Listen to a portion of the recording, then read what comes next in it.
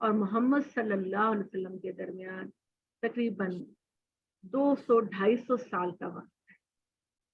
تو اللہ تعالیٰ نے کہا کہ دیکھو ایک بشیر و نذیر محمد تمہارے پاس آ گیا، اور اللہ کی ہر چیز پر قادر ہے۔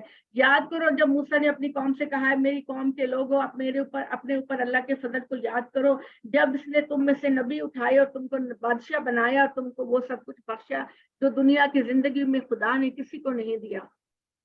اے میرے ہم ملکوں، میرے ہم قوموں، اس مقدس سرزمین میں داخل ہو جاؤ، اللہ نے تمہارے لیے لکھ رکھا ہے، اور پیٹ پیچھے نہ پھیرو ورنہ نامرادوں میں سے ہو جائے گا۔ فلسطین کی ایک بستی تھی، اللہ تعالیٰ نے حضرت موسیٰ علیہ السلام سے کہا اس بستی میں داخل ہو جاؤ، جس میں پہلے بھی ذکر گزر چکا۔ تو اس بستی میں اللہ کا نام لے کے داخل ہو جاؤ اور پیچھے مڑ کر نہ دیکھو۔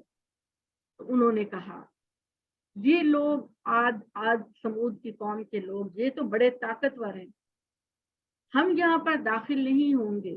وہ بولے اے موسیٰ اس میں تو بڑے زور آور لوگ ہیں، بڑے طاقتور لوگ ہیں، فلسطین کی بستی میں اگر ہم اس میں داخل ہو جائیں گے تو وہ ہم کو مار دیں گے۔ تو اے موسیٰ پہلے تم داخل ہو جاؤ، پہلے تم۔ مقدس سرزمین سے مراد کینان کا علاقہ ہے، کینان آج کل فلسطین میں ہے۔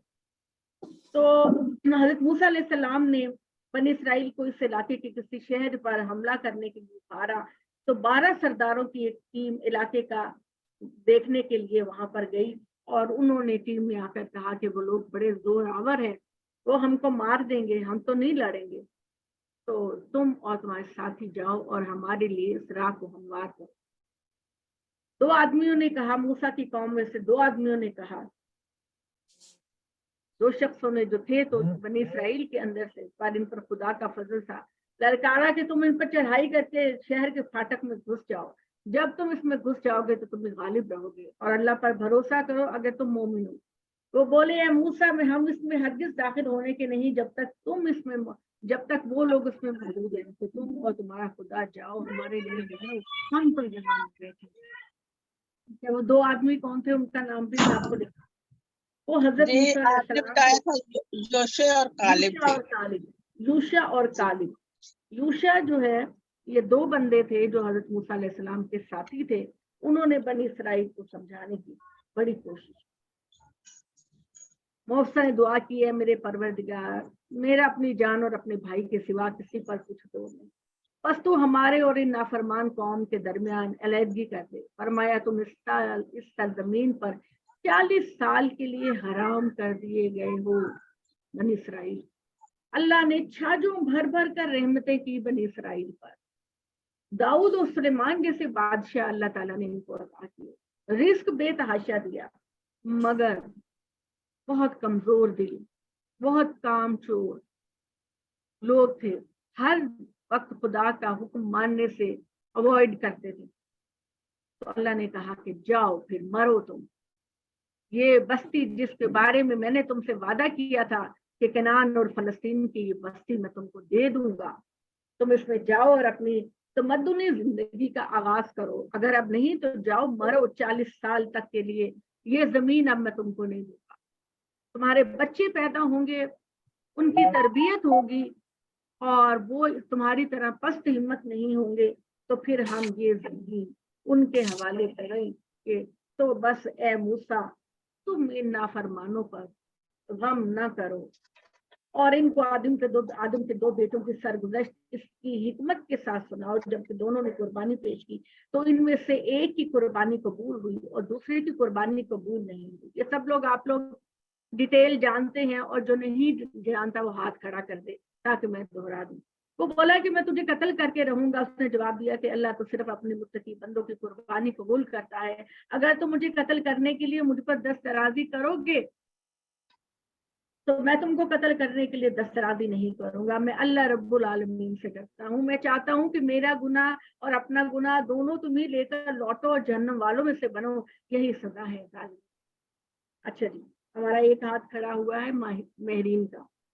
تو مہرین پہلے یہ ہسٹری جان لیں کہ بنی اسرائیل جو تھے وہ حضرت ابراہیم کی اولاد تھے، اور حضرت ابراہیم کی اولاد حضرت اسحاق، حضرت یعقوب اور دوسرے بیٹے اسماعیل کی اولاد بنی اسماعیل آئے۔ تو شروع میں اللہ تعالیٰ کا یہ طریقہ تھا کہ جب کوئی قربانی دی جاتی تھی، بھیڑ بکری کی قربانی دی جاتی تھی، تو اس کو کسی اونچی جگہ پہ رکھ دیا جاتا تھا جس کو آگ اٹھا کر لے جاتی۔ جس کی قربانی کو آگ اٹھا کر لے جاتی تو اس کا مطلب ہوتا تھا کہ اللہ نے اس کی قربانی کو قبول کیا۔ تو حابیل اور قابیل حضرت آدم علیہ السلام کے دو بیٹے تھے۔ قابیل جو ہے وہ کھیتی باڑی کرتا تھا اور حابیل جو ہے وہ غلہ پالتا تھا، بھیڑ بکریاں گائے۔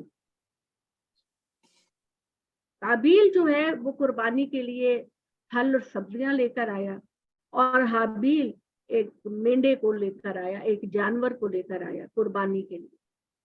دونوں نے اپنی قربانی کو پہاڑی کے اوپر رکھا، لیکن حابیل چونکہ نیک فطرت بہترین انسان تھا، اس کی قربانی کو آسمان سے آگ نے آ کے اٹھا لیا اور قابیل کی قربانی نامنظور ہوئی۔ اب قابیل جو ہے اس کے اندر حسد اور بغض کوٹ کوٹ کر بھرا ہوا تھا۔ بجائے یہ، ہمیشہ پورے قرآن میں آپ سے کہتی ہوں، غلطی ہو گئی مزید غلطی نہ کریں، اپنے اللہ سے معافی مانگو، اپنے رب سے معافی مانگو۔ وہ تمہیں گلے لگا لے، وہ تو فرعون تک کو معاف کرنے کے لیے تیار تھا، وہ تمہیں گلے لگا لے گا، اس سے معافی مانگا کرو۔ لیکن قابیل نے معافی مانگنے کی جگہ اس نے کہا میں حابیل کو راستے سے ہی ہٹا دیتا ہوں۔ پہلے بھی ان کی چپلس چل رہی ہوگی، لہذا قابیل نے حابیل سے کہا کہ میں تمہیں مار دوں۔ حابیل نے کہا تم مجھ کو مارو لیکن میں اپنا ہاتھ تمہارے اوپر نہیں اٹھاؤں۔ چنانچہ قابیل نے حابیل کو مار دیا۔ اور قرآن مجید کے اندر ابھی آپ یہ ذکر پڑھیں گے کہ قابیل کو سجائی نہیں دیا کہ حابیل کو کیسے دفن کرے، کیا کرے۔ تو اللہ تعالیٰ نے ایک کوے کو بھیجا، اس کوے نے اپنی چونچ کے ساتھ مٹی کو کھودا، اور اس طرح حابیل کو پتا چلا کہ مجھے قابیل کی لاش کو ایسے چھپانا چاہیے، اور بڑے افسوس کی بات ہے کہ یہ کوا مجھ سے زیادہ سمجھدار۔